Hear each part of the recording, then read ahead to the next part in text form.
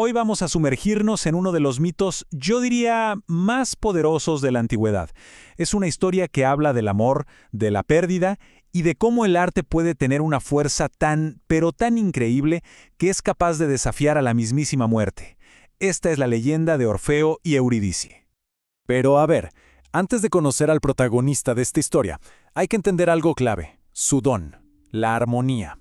Para los antiguos, esto era mucho más que simple música bonita, ¿eh? Era un concepto divino, un equilibrio dinámico de contrarios. Y justo un mortal estaba a punto de dominar este poder de una forma que nadie había logrado antes. Y así entramos de lleno en la historia de Orfeo. Un joven que, miren, no solo tocaba música, sino que parecía canalizar una fuerza que venía directamente de los dioses. Es que su talento era, bueno, sencillamente sobrenatural. Imaginen esto: con su lira, su música podía amansar a las bestias más feroces, que dicen que se acercaban a lamerle los pies. Podía desviar el curso de ríos embravecidos, calmar el rugido más furioso del mar. O sea, con su canto, Orfeo podía pacificar la tierra entera, como si pusiera un orden cósmico en medio del caos. Pero es que la cosa no quedaba ahí. Su música iba todavía más allá. Se decía que su arte tenía un propósito superior: hacer vivir lo que parecía muerto, aliviar las miserias humanas. Era en esencia un poder que podía alterar la mismísima realidad. Claro, con un don tan inmenso, el amor que llegara a su vida tenía que ser igual de extraordinario. Pero, como en toda gran tragedia, el destino siempre parece tener otros planes, y esa armonía perfecta, bueno, estaba a punto de romperse. Y así fue. Un día, mientras tocaba en el bosque, se encontró con una ninfa, Eurídice, que lo escuchaba completamente fascinada, y para ella compuso la que dicen fue la canción de amor más bella jamás oída, como un reflejo del cosmos en sus ojos. No pasó mucho tiempo para que se casaran, en una unión que de verdad parecía bendecida por los dioses. Pero esa felicidad duró poquísimo. Apenas unos meses después de la boda, mientras Eurídice paseaba por un prado, una serpiente la mordió, y con esa mordida le inyectó la semilla de la muerte. Así, de la forma más abrupta, más cruel que se puedan imaginar, la melodía de su amor fue silenciada. Orfeo estaba consumido por un dolor que ni su propia música podía calmar, y fue entonces cuando tomó una decisión sin precedentes, algo que ningún mortal se había atrevido siquiera a pensar: descender al mismísimo reino de las tinieblas para rogar que le devolvieran a su amada. El viaje era, a todas luces, imposible. Primero tenía que llegar al río Estigia, esa frontera entre la vida y la muerte. Y allí se puso a cantar un lamento tan desgarrador que conmovió al mismísimo Caronte, el barquero de las almas. Y por primera vez en la historia, Caronte transportó a un ser vivo a través de esas aguas prohibidas. Lo llevó hasta el corazón del inframundo, para que pudiera presentarse ante Plutón.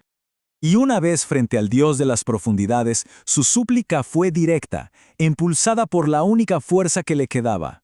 «Oh Señor de las tinieblas, heme aquí, en vuestros dominios, para suplicaros que resucitéis a mi esposa Eurídice, y me permitáis llevarla conmigo».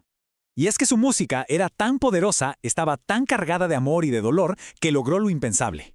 Las penas de los condenados, esos castigos eternos, se paralizaron solo para escucharlo.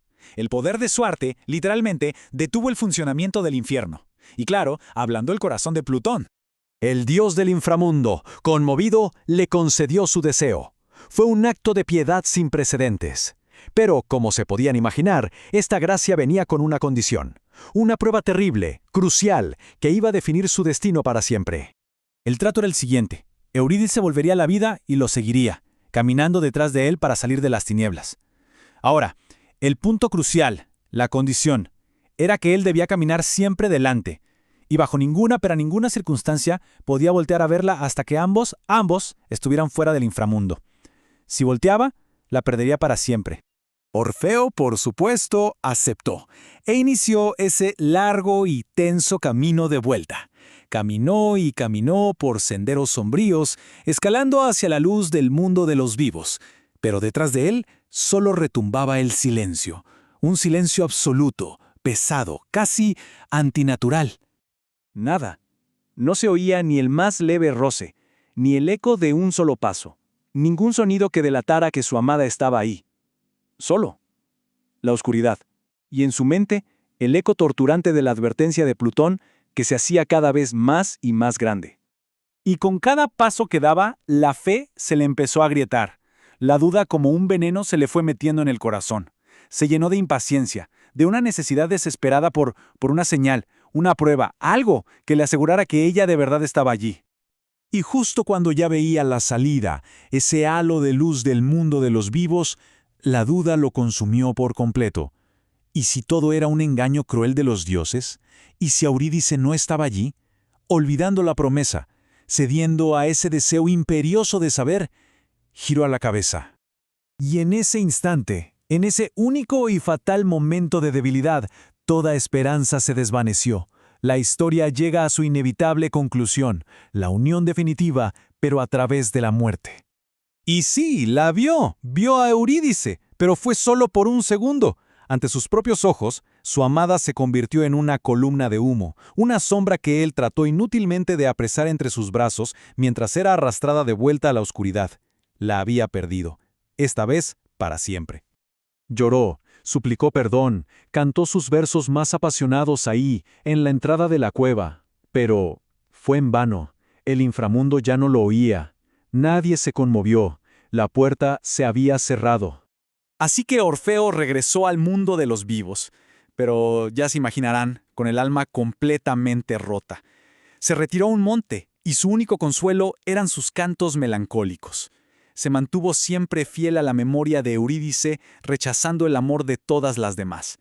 Esto, por cierto, enfureció a las bacantes, las mujeres de Tracia, quienes en un ataque de furia lo despedazaron. Pero dicen que, incluso muerto, su cabeza siguió flotando río abajo, cantando todavía el nombre de su amada. Y esto nos lleva al final.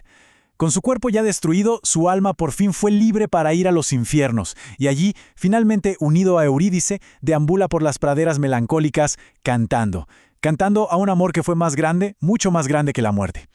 La historia nos deja pensando, ¿no? ¿Puede el arte, ese que nace del amor más profundo y del dolor más grande, crear un eco tan poderoso que de verdad trascienda a la muerte? Bueno, la leyenda de Orfeo que ha inspirado a tantos por milenios parece sugerir que sí.